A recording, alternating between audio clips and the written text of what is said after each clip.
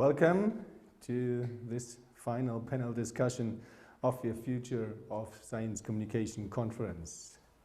Yeah, for all who just came in right now or came in late, my name is Markus Weißkopf and I'm a Managing Director of Wissenschaft im Dialog, the organization for science communication in Germany and one of the organizers of this conference. Well, I hope you enjoyed the program of the second day so far. And well, now I have the pleasure to wrap up and to facilitate this final discussion on the perspectives on science communication for the future. And I'm very happy to have a co-moderator on my side for this round. Thanks Rebecca Winkels for taking over. She's Head of Communication and Strategy at Wissenschaft im Dialog. And she will mainly focus on bringing in your questions from the Q&A chat.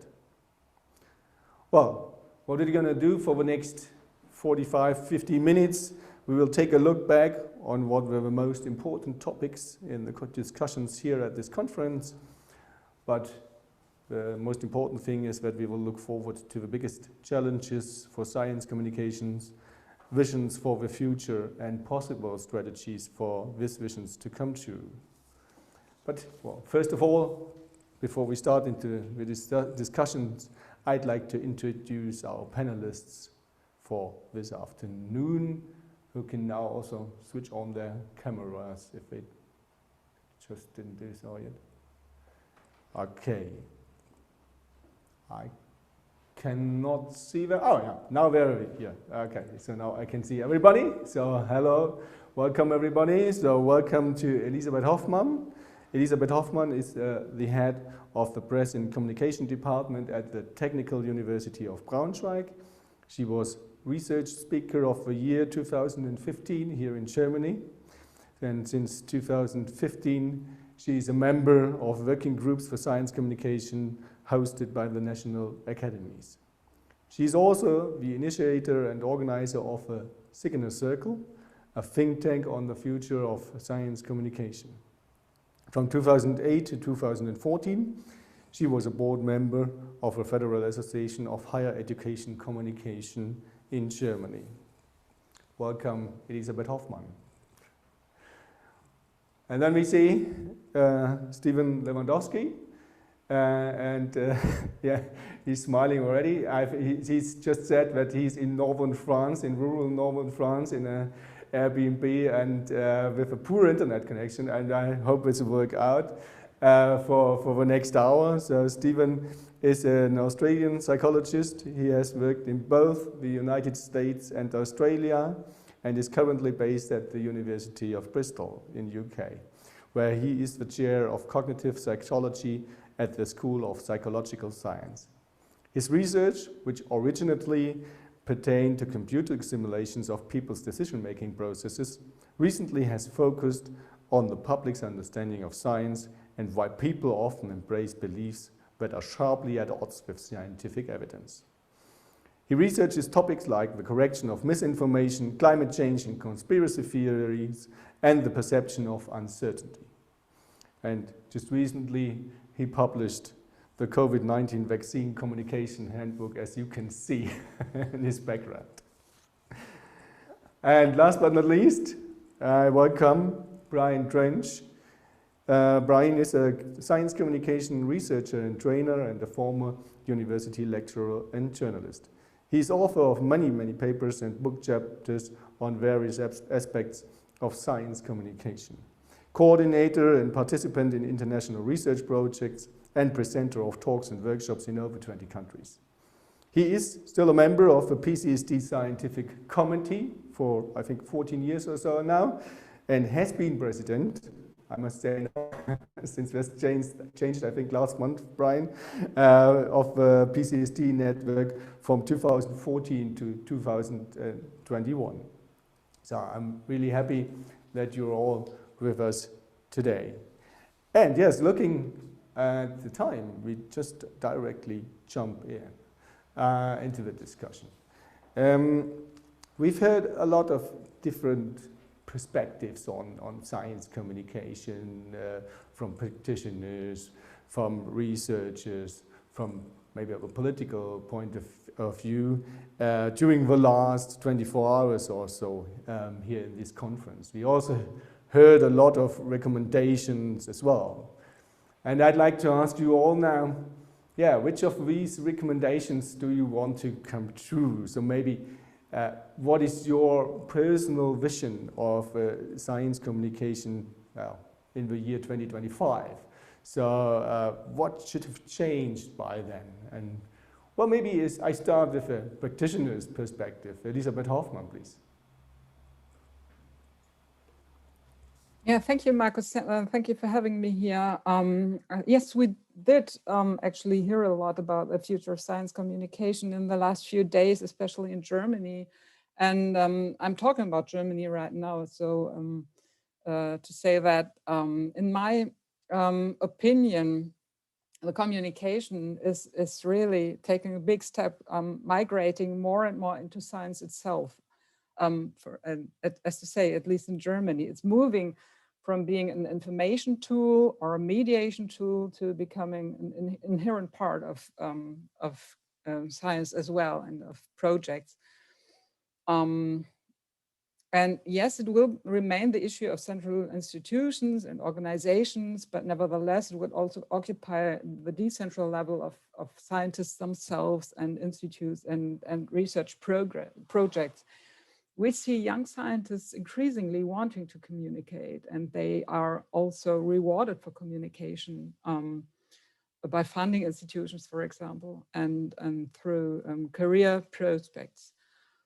In the past, public communication only had, we came into play at best when a research project was funded or completed, as kind of an add-on. And today, and even more in the future, I think it will be much more involved in some of the, we will be more involved in some of the research projects themselves, and co-create the measures and the communication concepts together with the researchers. And the researchers will do a lot themselves, as I see it. And that is great development. Nevertheless, for some of us in the central communication, this might also make us a little nervous because it goes along with a lot of control just as well. And it might also make the organization's heads a little nervous. So I think we're going to have to change our roles from, for example, from implementation to multi-project management, and from service to consulting, and from spokesperson to gatekeepers. And in addition to the question of how we reach our target groups, the question will be how we can work together with the scientists. Mark Schäfer has already made that point when he spoke about in-reach into science. And for many practitioners, I think this is not trivial, because the big question is, how can we do this and be taken seriously by the scientists? And there might be two ways. One is to play the voodoo card and saying this is all a miracle and you don't understand, communication is something very, very dangerous. You might harvest a shit storm, so leave it to us. Or on the other side, I think a more promising way is to work with similarly high standards as science does itself in communication. I think we must always be self-reflexive, think about ourselves, our works, read, observe, compare, and in other words, continuously learn. And in doing so, and this is where we are at the point in this conference, we can profit from the publications and results of the science of science communication, and we can profit from what is just next door, from psychology in our universities, from computer science, from even control engineering. So great times for curious people. Okay, so science communication has to become a more integral part of science itself, of a research project, of a research process. So what is your vision and the role of communicators changed in 2025? And yeah, that would be a good development. Thank you, Elisabeth Hoffmann, for this first perspective. And we move on to Brian Trench. Brian, from your point of view, from maybe also the PCST point of view, but also from your point of view, from your vast experience in science communication, what should change in the next years? What should be a perfect outcome in 2025? Well, on the basis of the question posed about a vision and a personal vision, I found myself thinking about a kind of pocket manifesto for science communication and for quality of science communication. Over the past couple of years, I've organized quite a few workshops and talks around how do you complete the sentence that begins science communication is. And the answer that I myself and Massimiliano Bucchi, my co-conspirator on many things, is science communication is or can be viewed as the social conversation around science, which allows for a very broad scope of what's included there. So then thinking about science communication will be, how do you complete that sentence?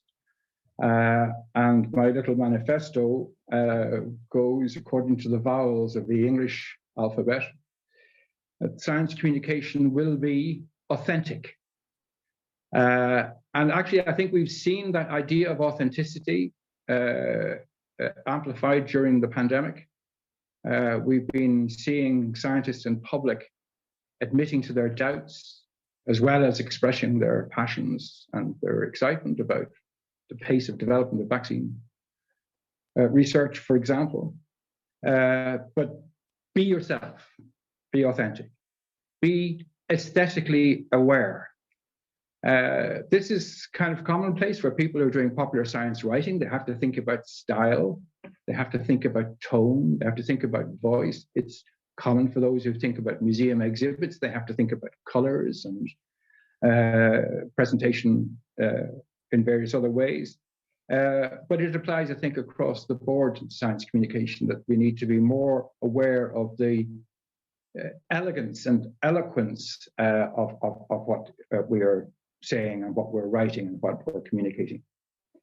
To the letter E, be engaged. Science communication will be engaged, not just engaging to others, but it will be engaged in the conversations of others, in the pre-existing conversations around science. And again, during the pandemic, we've seen, society-wide conversations about science in which professional science communicators have had a relatively minor role, but be engaged in those conversations. I'm very struck by the name of your organization, Markus. I know it's an old name, but it's Wissenschaft im Dialog, which suggests that the dialogue is already existing.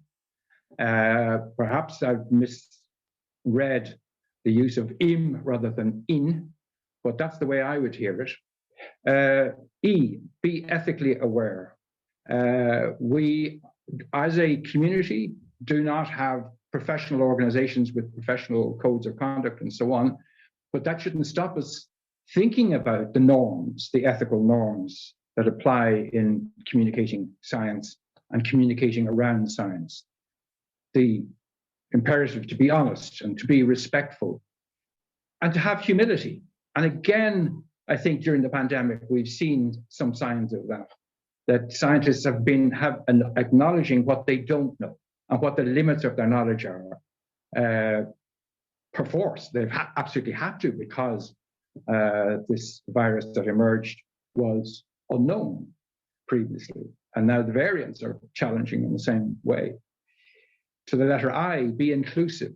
Science communication, inclusivity refers, in my view, not just to who is engaged or active in science communication and with whom they are engaged, but also inclusive in terms of the broad scope of science communication as embracing, as I say, the conversations going on around science in which there's no professional communication involvement, in cafes, in pubs, in galleries, in museums, in the street.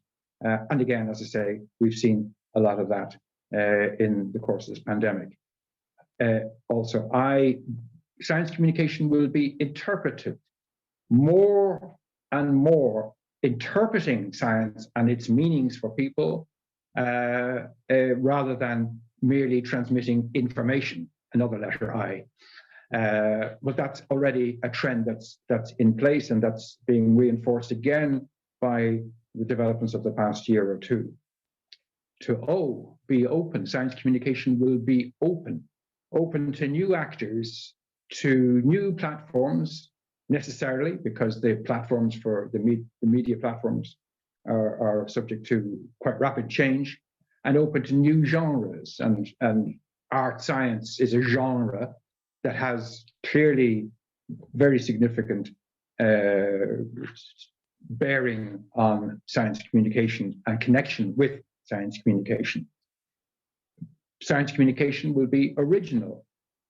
Science communication should be surprising us all the time. And I must say, you know, observing around the world and traveling a bit around the world, I am frequently surprised at the originality and pleased by the originality of what people are doing in this area.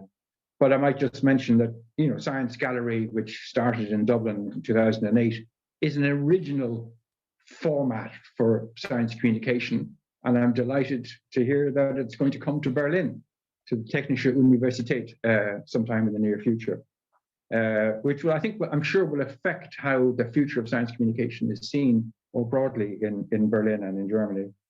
And finally, the letter U, science communication will be uncertain.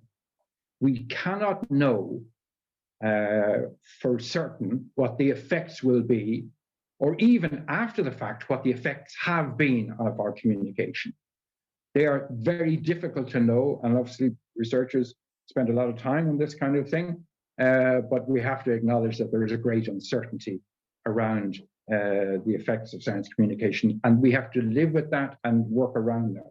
And finally, the letter U, science communication will be unfinished. It is an exciting field to be in because it is changing and changing quite rapidly and expanding and diversifying. It's professionalizing, but also, as Elisabeth's remarks draw our attention to, in some ways, even the professionals are being sidelined by the integration of communication into the body of science itself and the institutions of science themselves. So science communication goes on and on, trying, sometimes failing, and sometimes failing better. So that's my AEIOU of a little pocket manifesto of science communication in, well, if you choose 2025, that's fine. But I'm not, those are not predictions. They are, I think, based on some observable trends. Yeah, thanks a lot, Brian, for this overview, for this little pocket manifesto. I think there's a lot in it, and I just can tell that, yeah, it's a really exciting field to be in at the moment, and at all moments I can think about in the last 15 years, I think, and so I think it will change a lot also in the next year. So, and yeah, there are a lot of things in there that I'd like to discuss with you later on, but I now see Steve is back, and he's back on the field here in the panel. So maybe Steve, what's your vision for 2025? Yeah, thank you. I hope the internet will let me actually get that message out before I drop off again.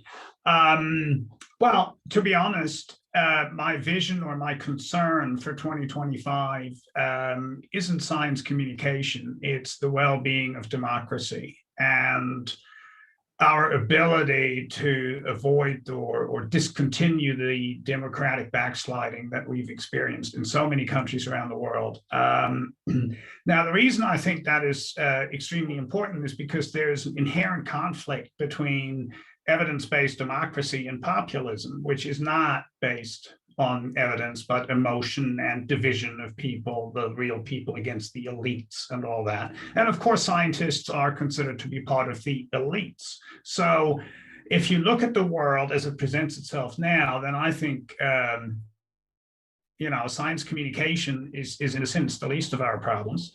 But I also think that science communicators have something to offer in that context to help stem the flood of misinformation and denial and contrarian activities that we're sometimes seeing and that are eroding trust in experts and trust in scientists and in the end democracy. So that's the big context for me, that we really have to be concerned about that. And as far as so therefore, if you want to communicate science, you got to understand the populist logic of truth, what they consider to be truth, which is very different from an evidence-based ontology of truth that scientists subscribe to. And you then got to find ways of addressing that, which is very difficult, but it is not, in my view, not entirely impossible. And so, yeah, now I don't want to sound too gloomy here because I think there's a risk, but there's also a lot of things that are happening at the moment. At the European level in particular, there are all sorts of initiatives that the European Union is developing that I think will have a very positive effect on the culture of the internet and social media in particular. Because one of the problems as science communicators that we're having is that, you know, the online culture of discourse is just not conducive to, you know, nuance and evidence necessarily. And so I think that's one of the many things we got to focus on in the future to make the internet more usable for evidence-based discourse. Thanks for this.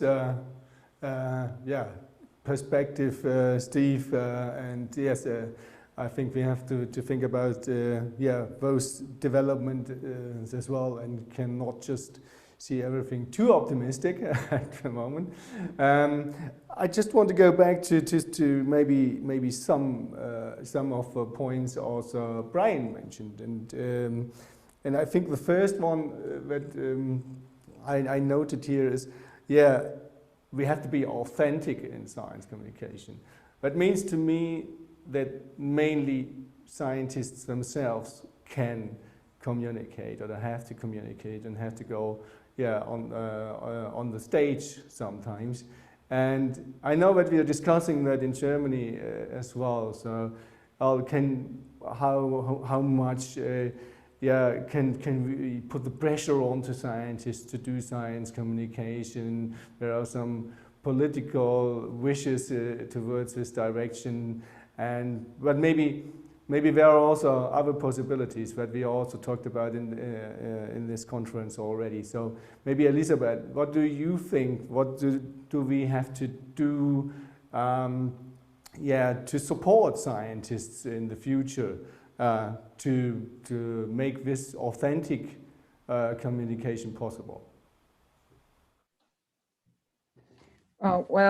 First, I have to say that pressure is not never a good idea in forcing science communication. So I would just suggest that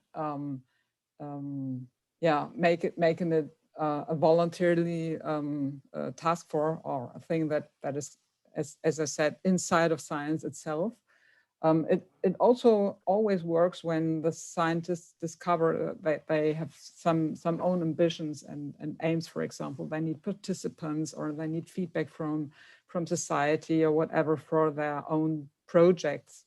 What we can do definitely is just to explain to explain how media works, how special media work, to offer trainings and to offer protection, because those scientists who are just on the front of public discourse and contradictions need the institutional protections of their universities and their institutions as, I guess, most important.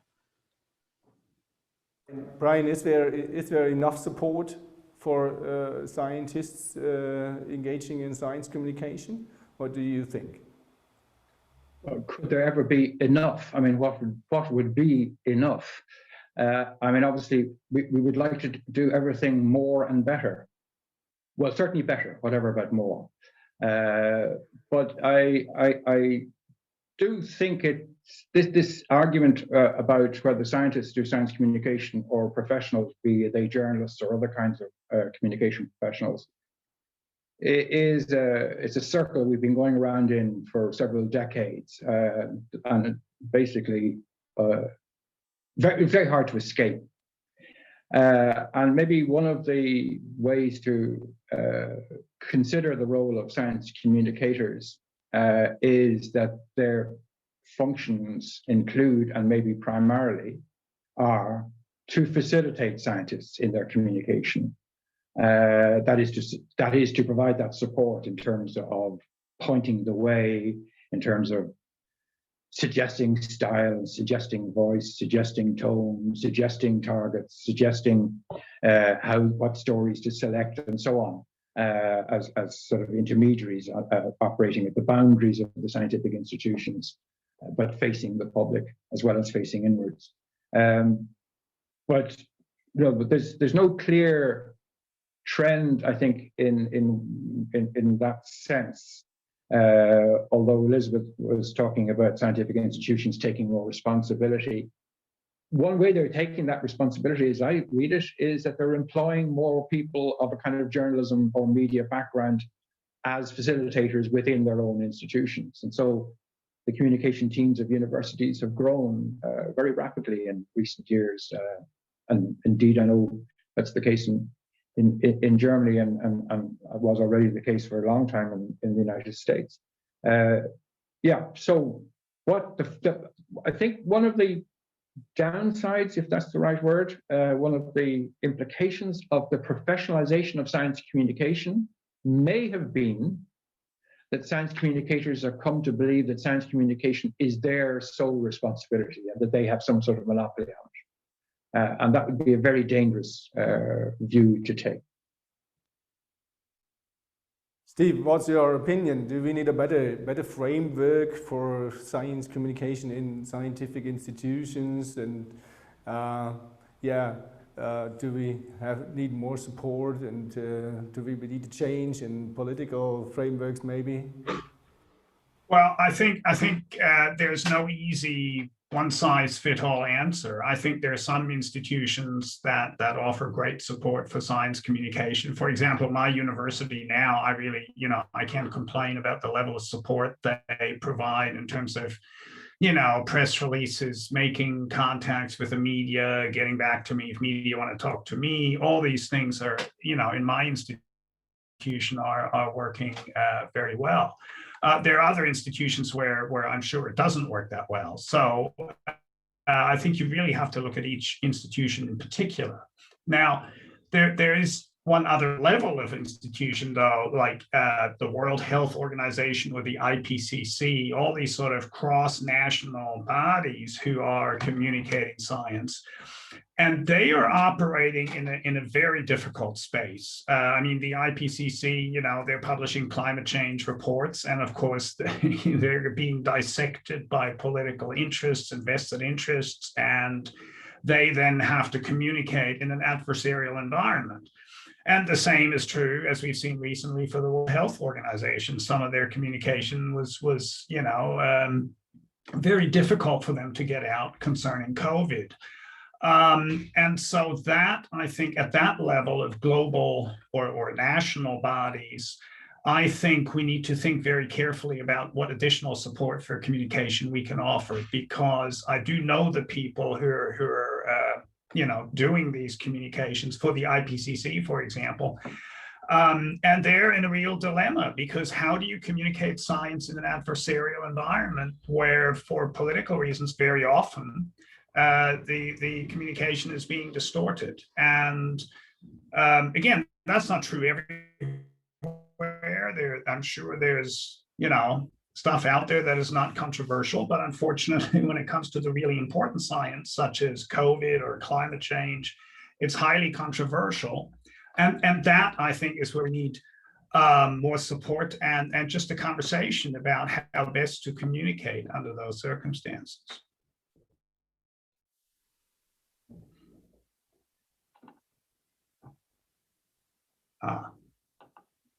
I don't know. Can you still hear me? Yes, we just can't hear Markus, I think. So I'm jumping in with some audience questions then, because Markus can't be heard, so he'll come back to us in a minute. Oh, okay, yeah, sure.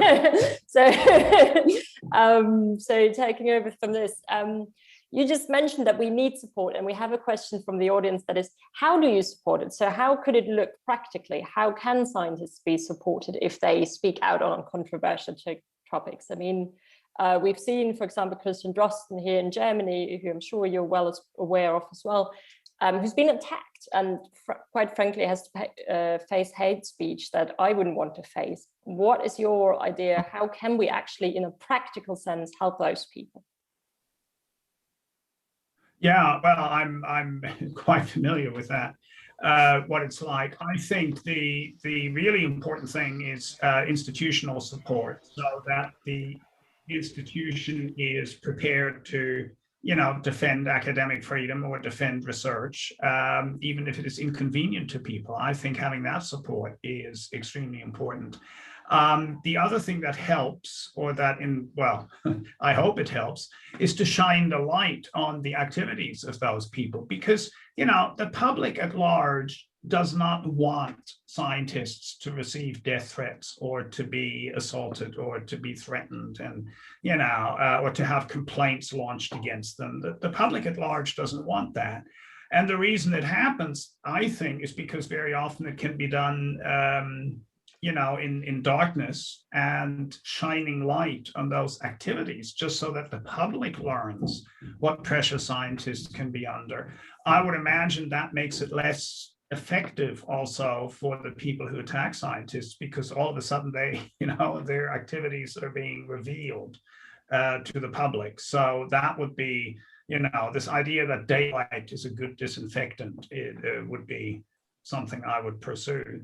How that works in reality is, I don't know if we have any data on that. I certainly do know that my colleagues in climate science who have spoken out repeatedly and loudly and have read out the hate mail and have written books about the attacks on them. I mean, for them, ultimately, those things have either stopped or at least decreased dramatically. So I think speaking out about it is probably a good defense. I'm back now. Thanks, Rebecca, for jumping in. It was, good moment to jump in. Thanks a lot. But that leads me to the next question. I think it would perfectly fit in. I mean, we talked about it this morning, about the inoculation. I think Dan Larimer mentioned that in the session about misinformation and fake news. And he said, yes, one thing is to, jump in this very moment to debunk, to speak out loud, to make processes transparent. But the other possibility, and I think on the long run, most effective possibility, is to inoculate the public against fake news and misinformation. And I know that there was a little controversy about it. I think Dieter Schäuferle just threw in that there is not one silver bullet and that it's a bit more difficult. But what's your point of view? I mean, will we be able to, create, I mean, Elisabeth, you sometimes call it a bullshit resilience in the public?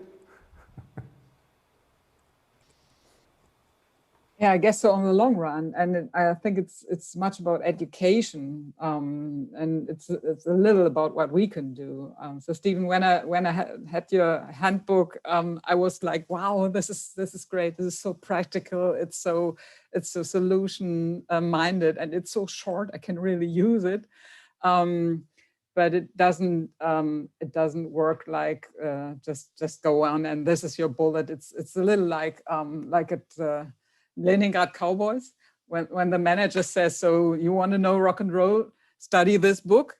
It's you can understand a lot about how it works and how it functions, and then you have to practice. You have to continue speaking to people and being like Brian said, also open to the audience. You have to be open, and this is also what the handbook says.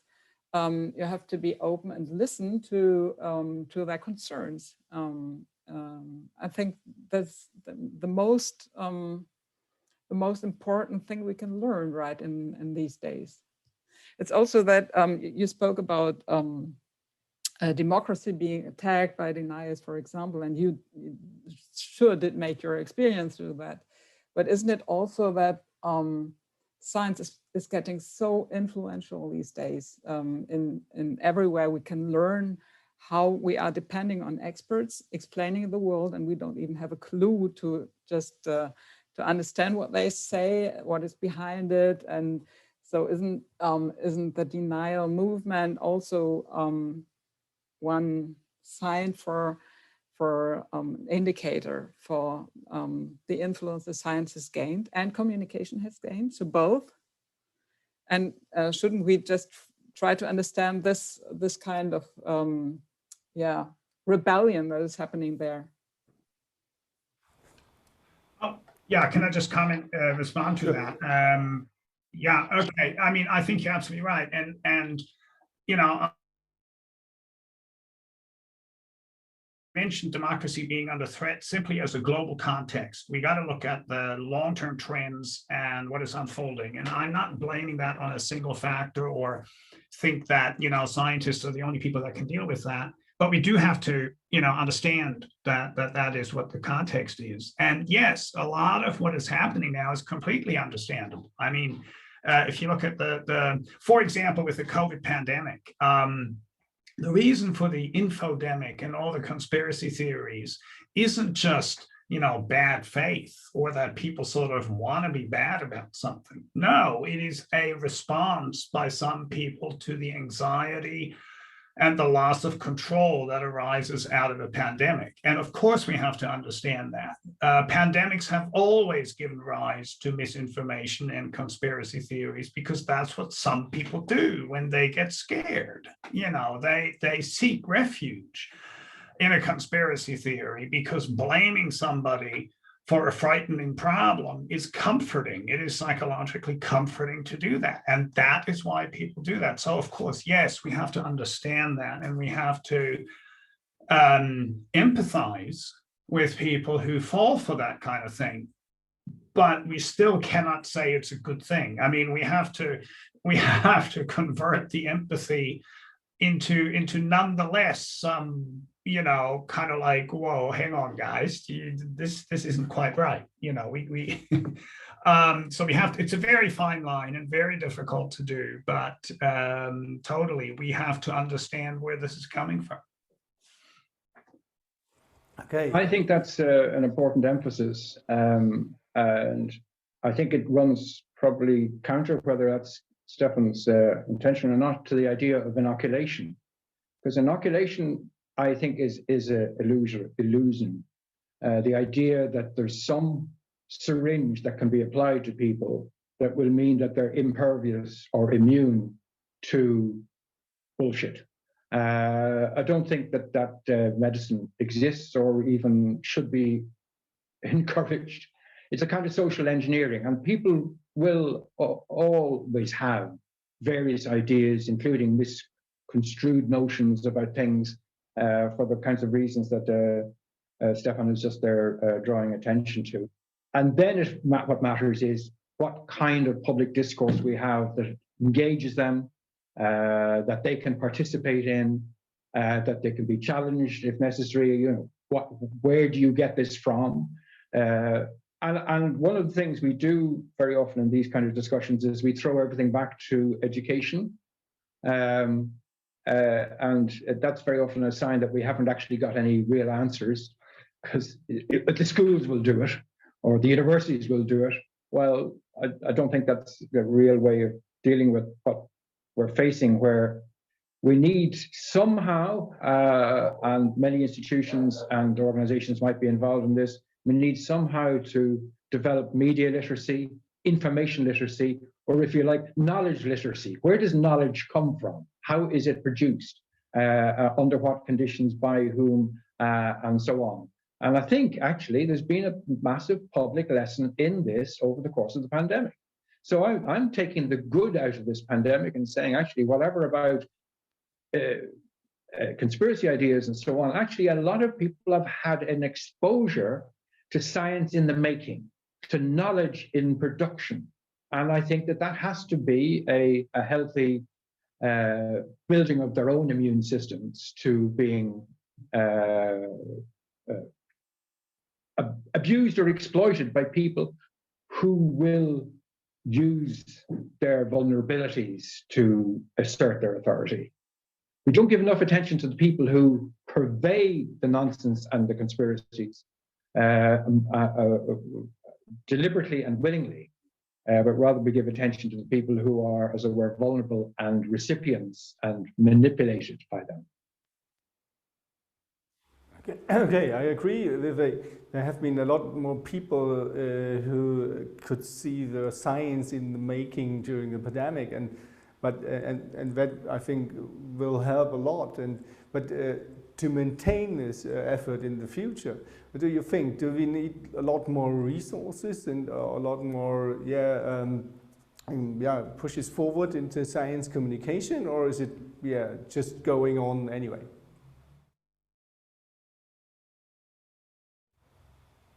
Is that specifically to me, Markus? Yeah, it's just like. What do you think? I mean, you also said science communication has to be more inclusive, for example. Yeah. Yeah. I mean, actually, being more exclusive also always means that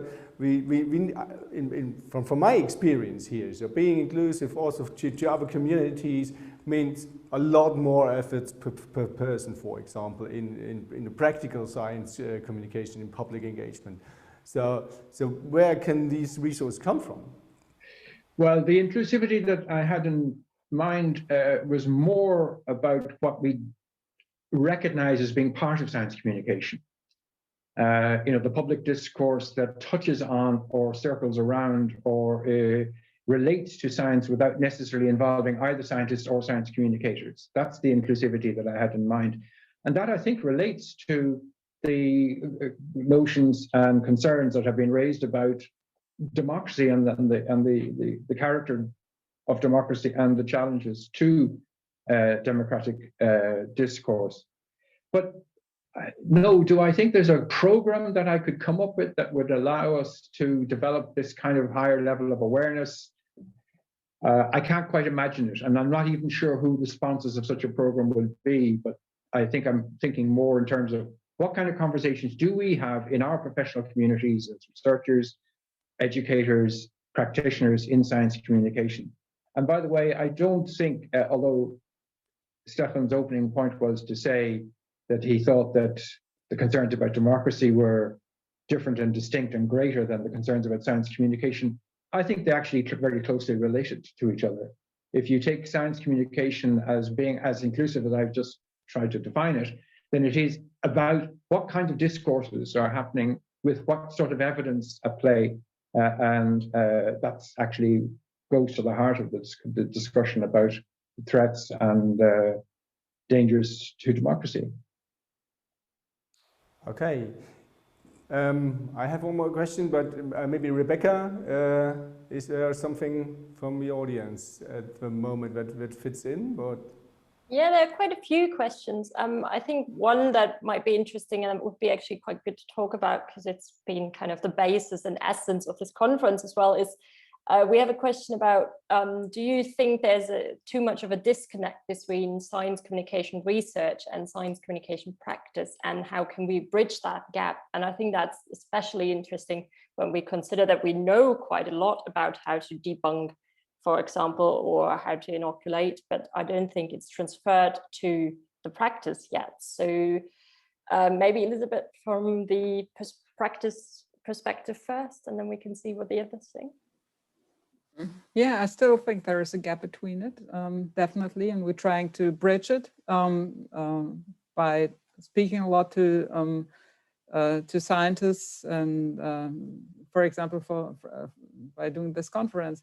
I still think there is a gap because many of my colleagues don't feel they have enough time just to study the newer publications, or only just to talk to their own sociologists or psychologists about what they just found out. And there's a lot to do, and it's worthwhile, definitely, yes. On the other side, I'm sometimes dreaming of being more involved into the research design of science of science communication as a practitioner? I'm well aware of this as an issue, particularly in my role as a leader in the Public Communication Science and Technology Network. But that particular organization has had conferences for over 30 years in which researchers and practitioners sit side by side and talk and converse and exchange and learn from each other. And actually, as far as I can see, that's the case for this conference, this present conference as well. And so I wonder why this has become a big issue in science communication. I mean, my background's in journalism, and I can tell you that the very, very few journalists, I could count them on the fingers of one hand, read the academic literature about journalism. And I was active in politics, and very few politicians read political science literature. So why is it a very particular problem in science communication that we keep drawing attention to? I know this is perverse, but I think actually the reason why we keep talking about it is because actually we are closer than in the cases of those other disciplines that I've just referred to. And so we do actually rub shoulder with shoulder. And I wonder if there's almost like a danger that you could talk yourself into a problem that isn't necessarily far greater in our own discipline or interdiscipline, as I would describe it, than it is in others, in other areas. We'd always want better relations. Let's agree. I will vote for better, always. But let's not also talk ourselves into a problem that may be partly of our own making. Steve, do you want to add on well, this? I really enjoyed Brian's analysis, and the fact that we talk about the gap may mean ours is smaller than theirs. I mean, I find that extremely plausible, because certainly when I listen to politicians, I do not ever get the impression they've listened to political scientists by and large. So yeah, I actually think that we're sort of doing okay. Because the experiments that I see in the literature and the suggestions they make about how to improve science communication are then actually, sometimes practiced. I've seen messages that were designed in the lab being used in practice, certainly in climate change, I think also in vaccination. So, I mean, we can always do better, but I think there is some translation from the lab to what is being done in by policymakers or health communicators. But maybe I'm too optimistic. It certainly looks reasonably good to me. Okay, so at least compared to the others, we are not that bad. But maybe that's still not enough. So maybe we can still do a bit better. As we are maybe, as we say, we are science communicators, and I mean, working in this field, we should have, an approach to be evidence-based. Yeah, Rebecca, another question maybe from the audience, or?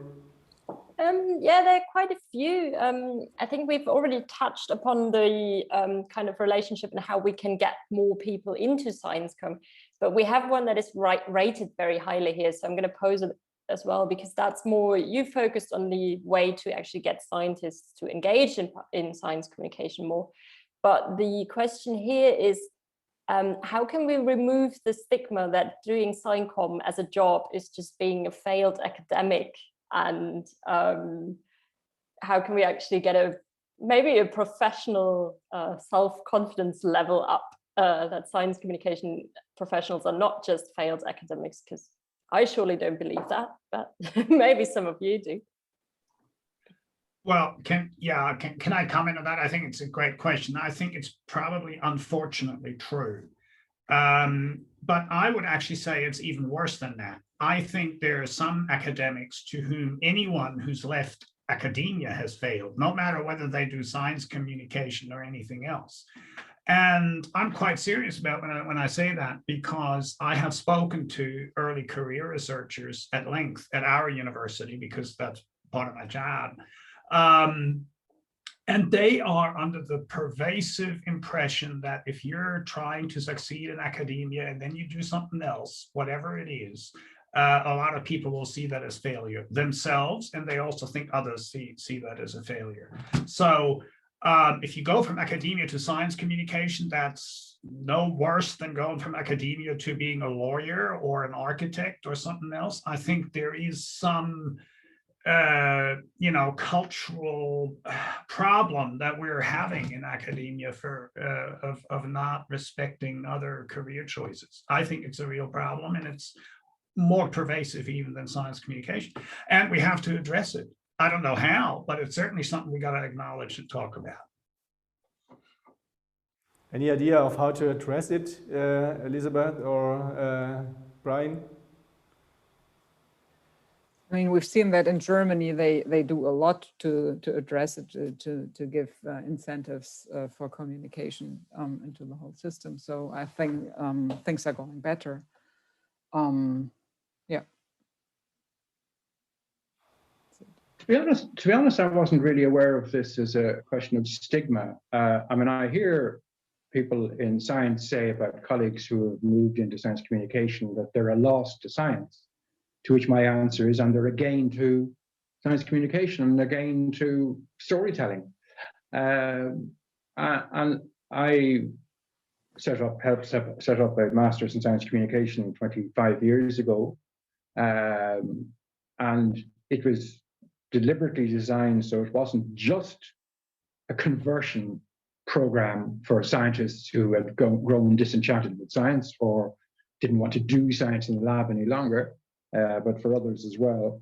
But indeed, the largest single cohort comes from a scientific background, majority female, and I think that's worth thinking about as to why it might be more likely that a woman scientist, even having got to postdoctoral level, might choose to opt out rather than males doing so. I think that says something about the culture of scientific research itself, which is not as congenial to women as to men, but that may be changing. But most of the people who have made the move for themselves feel that they've actually gained something, that they've benefited, that they're more satisfied, they're more fulfilled, etc., in their work, and they're able to indulge their passion for science in a different way from working in the lab. Thank you, Brian, for these words. Maybe, Brian, I come back to an issue that you raised in your pocket manifesto at the beginning. And one point was that we will have to be ethically aware in science communication. And do you think that there is something we have to do? I mean, that's reminded me to a code of conduct that also Dan Larm mentioned this morning. So do we need then some more or less a more common ground as science communicators, a code of conduct in Europe? I mean, Elisabeth, you know that we have developed a code of conduct for science communicators in Germany, and I think it was a really good and interesting process for all of us to talk about the ethics, to talk about our values and how we want science communication to be. And so that was a really valuable process. So, Brian, would that be something that should be there in 2025? Maybe. I'm very interested to hear that you actually had this discussion in Germany, and I'd be interested to see the outcome of it. And, there have been papers published in recent years by colleagues in Australia and New Zealand raising issues about the ethics of science communication and suggesting that there are norms that need to be considered. But I think it's difficult. You see, although I talked about professionalization, is science communication a profession? Maybe not, in the same way as more obviously recognizable professions like the law or architecture or medicine are, where there is a relatively well-defined mode of entry, of training and qualification, and of career. And of course, that's not true for science communication. the recruits come from very many sources, through very many routes, and the promotional pathways are very diverse. So, and I think that's likely to be the case in the longer term. I wouldn't be rushing to try and fix the profession by having a code of conduct, but that's why I was using the term notion of being ethically aware as distinct from, you know, being bound by a code of ethics. But there are codes of ethics for journalism that have, I think, some application with adaptation to science communication. And I suppose my appeal really was just, as it were, we should think about these things and be careful about being cheerleaders, being careful about being just boosters and celebrators of science, and always celebrating the latest breakthrough without necessarily reflecting, you know, how big a deal is this, and so on. And so, you know, science communicators working within the institutions may be under pressure to trumpet more loudly than they personally would be inclined to do the achievements of their institutions and of the institution's members. So that means be aware and be willing to exercise your autonomy and say, this is not something that I'm comfortable doing. Anything to add to this, I think? Elisabeth, Steve? I guess so. I think we shouldn't forget that many of the doubts in society might be even grounded in the kind of misleaded science communication. I think there is exaggeration in science PR. We do promise too much in saying that we are funded right now just to save the world from climate change. I do exaggerate right now, of course, but there is a lot to do in what the, at least institutional science PR does. And we have to consider that we have to take a kind of the responsibility that in former times the journalists did when they were just asking their critical questions, asking for a second opinion, for example. And in many fields, there are no more journalists asking for us. And everything we do is right conserved in the internet. So if somebody reads, for example, or wants to be informed for what kind of disease we might solve, and finds TU Braunschweig on the internet, and we might have promised too much, this definitely leads to disappointment. And I really do want to avoid this as a very big issue especially for the institutional science PR, I think. I definitely think we should have that on the agenda, also on a European level. Wow, so quite a big task for us in the future. So yeah, maybe Rebecca, we're approaching 4 o'clock, but maybe one short last question if you have one. But if there's no other pressing question at the moment. I've got one that might be interesting to an interesting addition to Elisabeth's thoughts. Someone wrote that originality is very important, but should we be careful we aren't striving for new things just for the sake of change. So sometimes what science community thinks as old news is still new and innovative to members of the public. So in a way, so what do you think about that? Do you think we are sometimes overdoing it with being innovative in communication? Maybe yes. And there's still the task to, let's say, the educational dimension in science communication. That's what we usually forget about. We do that, however, in other formats, for example, Kids University, where we explain that kind of old kind of science, so all these big questions. And we see that there is a large interest in this because we don't only have the kids in the Kids University, but also their parents, and sometimes adults even take other people's kids just to get in. So there's quite an interest in just being in the world being explained by science.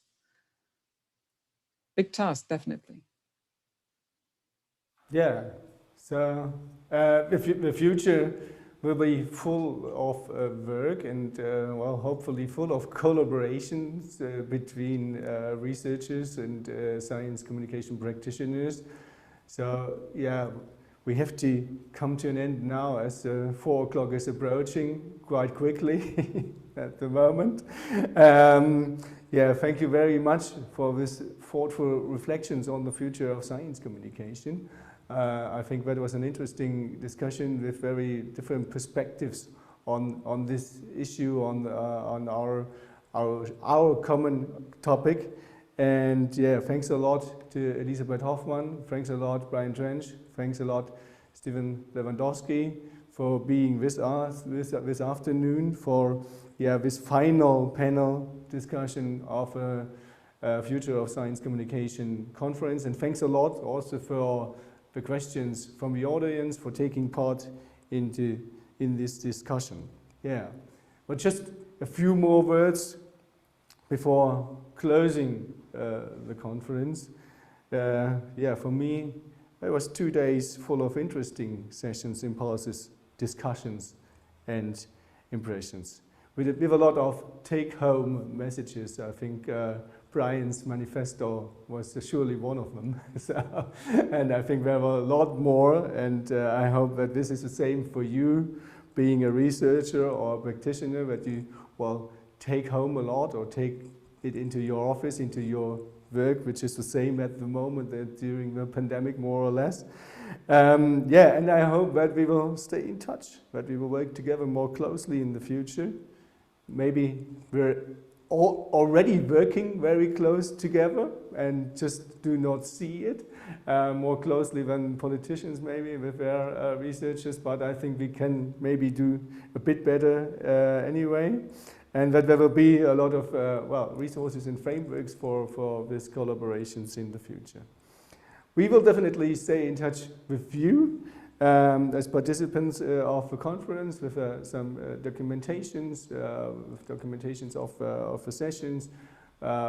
We will have graphic recordings and so on, so you will hear from us in the next week. Yeah. In any case, a big thank you to those who filled in these 2 days with live and actively participated as speakers and moderators. Thanks also to you for your participation and for joining in the discussions.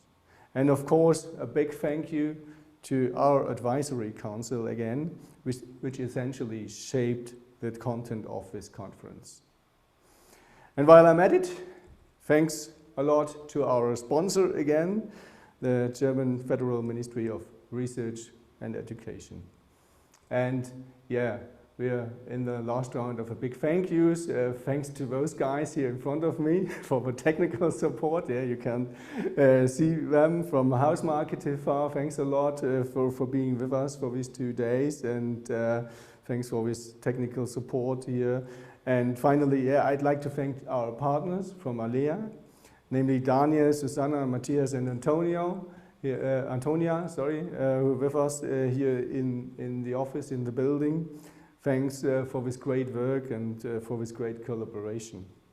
And last but not least, very, very big thank you to all the members of my team from Wissenschaft im Dialog who supported the conference here at the office as Zoom hosts, etc. pp. And especially to the organizing team who were organizing the conference during the last 12 months, mainly to Charlotte, to Katharina, and especially to the project lead Michael Wingens. Thanks for this great work in these uncertain times where the shape of the conference changed a lot in the last weeks, and for being this flexible, for being this professional, that was really great work. Thank you very much to the team. Yeah, that's it. Thanks everybody again. Take care, everybody. The future of science communication well, it's on us, and hope to see you soon on some occasion. Bye.